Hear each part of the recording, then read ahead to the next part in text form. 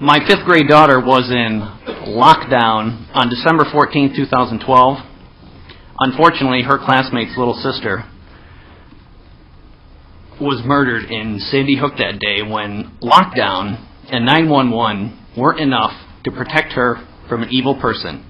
Not protect her from an assault rifle or some type of inanimate object, but from an evil person. Quite different from the elaborate security you all enjoy here at the Capitol. It was fun getting frisks on the way in.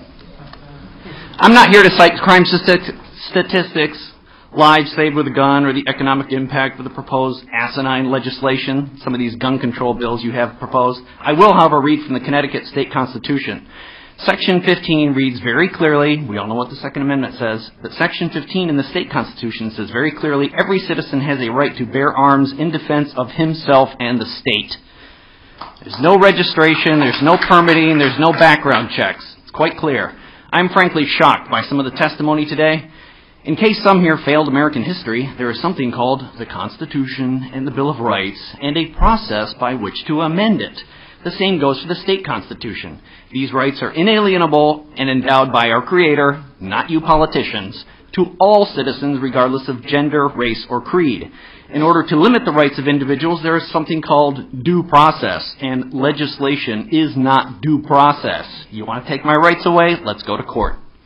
And with regards to due process, the final report with all the facts on Sandy Hook will not likely be issued until this summer. It was stated clearly in the newspapers.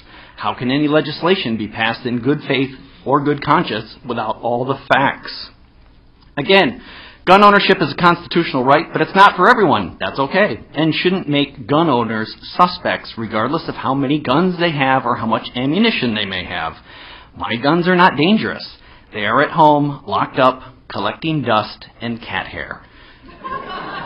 But criminals and tyrants especially, beware. Lockdown is not an option at the Stevens residence, and 911 will be dialed after the security of my home has been established. Why is that same security my daughter enjoys at home with her dad not available at school in Newtown? That is what you should be considering, not making her dad a criminal. Charlton Heston made the phrase, "from my cold dead hands," famous. And I will tell you here today, you will take my ability to protect my Victoria from my cold dead hands.